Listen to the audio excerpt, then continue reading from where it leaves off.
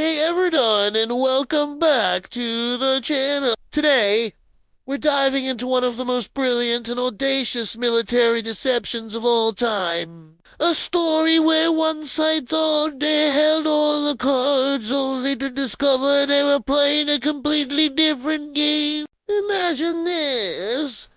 It's World War II, and the Allied forces are preparing for the Normandy landings, the largest seaborne invasion in history. The stakes couldn't be higher. To succeed, they needed the element of surprise. The problem? The German High Command knew an invasion was coming. They just didn't know where or when. Their eyes were fixed on the Pas-de-Calais, the shortest sea route from Britain to France. It was the most logical target, heavily fortified and bristling with defenses. The Germans were confident. They controlled the most likely terrain, but they were wrong. This is where the magic happens. The Allies launched Operation Fortitude, a masterclass in misdirection designed to reinforce the Germans' belief that Calais was the target. They didn't just spread rumors. They built an entire phantom army in southeast England, directly across from Calais.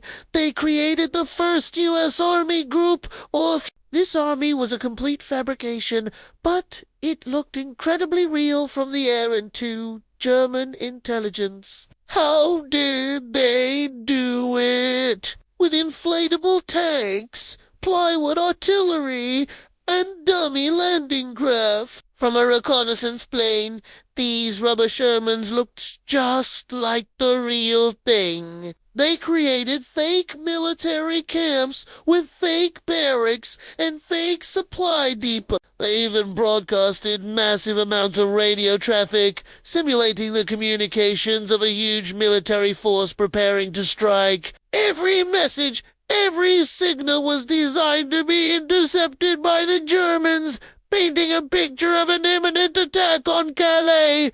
And who would lead this ghost army? None other than the legendary and feared General George S. Patton.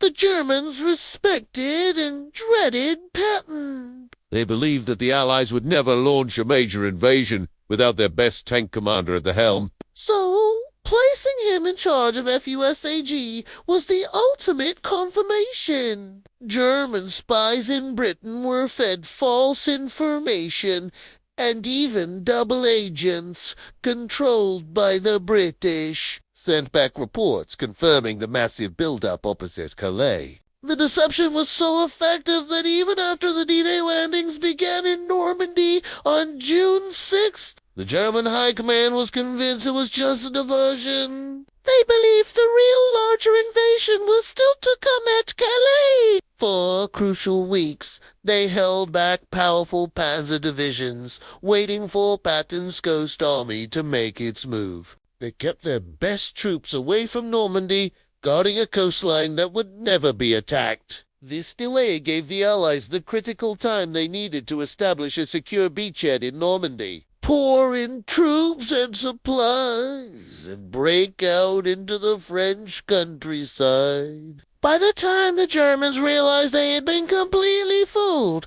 it was too late. The foothold was secure, and the path to liberating Europe was open. The enemy believed they controlled the terrain, that they knew the Allies' plan. But through ingenious deception, inflatable props, and a phantom army, the Allies controlled the one terrain that mattered most, the minds of their enemy. It's a powerful reminder that in warfare and in life, what you think you see isn't always the truth. Thanks for watching, everyone. If you found this story as fascinating as I do, make sure to hit that like button and subscribe for more deep dives into history. Let me know in the comments what other historical deceptions you'd like to see covered. See you next time.